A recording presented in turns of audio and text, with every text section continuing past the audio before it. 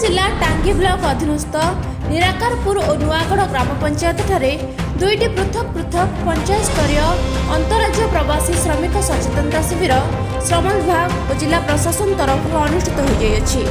ଏହି ଶିବିର ଗୁଡ଼ିକରେ ସହକାରୀ ଶ୍ରମ ଅଧିକାରୀ ଶ୍ରୀଯୁକ୍ତ ସୌମ୍ୟରଞ୍ଜନ କର, ବାଲୁଗାଁ ଉଭୟ ଗ୍ରାମର ସରପଞ୍ଚ ଓ ସରପଞ୍ଚଙ୍କ ପ୍ରତିନିଧି, ସମିତି ସଭ୍ୟ, ୱାର୍ଡ ମେମ୍ବର, ଟ୍ରେଡ୍ ୟୁନିୟନ ପ୍ରତିନିଧି, ନିଯୁକ୍ତିଦାତା, ଠିକାଦାର ଯୋଗ ଦେଇଥିଲେ।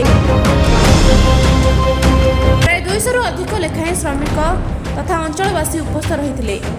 ଏହି କାର୍ଯ୍ୟକ୍ରମ ଗୁଡ଼ିକରେ ଶ୍ରମିକମାନଙ୍କ ପାଇଁ ଥିବା କଲ୍ୟାଣକାରୀ ଯୋଜନା ଗୁଡ଼ିକ ବିଷୟରେ ସଚେତନ କରାଯିବା ସହ अंतरराज्य श्रमिक तथा देश बाहर कार्यरत श्रमिकମାନଙ୍କ ପାଇଁ ଆଇନରେ ଥିବା प्रावधान संपर्क में आलोचना करा जायतिला। ଏହି कार्यक्रम रे अंशग्रहणकारीମାନଙ୍କୁ लिफ्ट बंटन करने सह सचेतन करा जायतिला।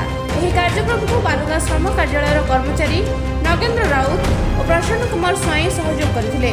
आमे बालुगाँ अधीन जो आमर 3टी ब्लॉक रही जो एनएसी रही से एनएसी और ब्लॉक गुड़िकर जो लोक मैंने बाहर राज्य को काम करने जाऊँगी विशेषकर तो सेमाने केमिति विभिन्न प्रकार असुविधार सम्मुखीन न हेबे सेथिपाई कार्यक्रमटी सरकार हाथ को नहीं एवं यही कार्यक्रम माध्यम से सचेतन करा जाउछि।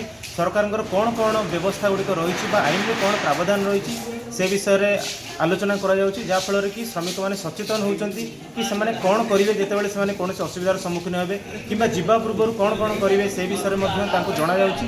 खोर्धा टांगी विभूतिभूषण दास का रिपोर्ट विश्ववाणी लाइव।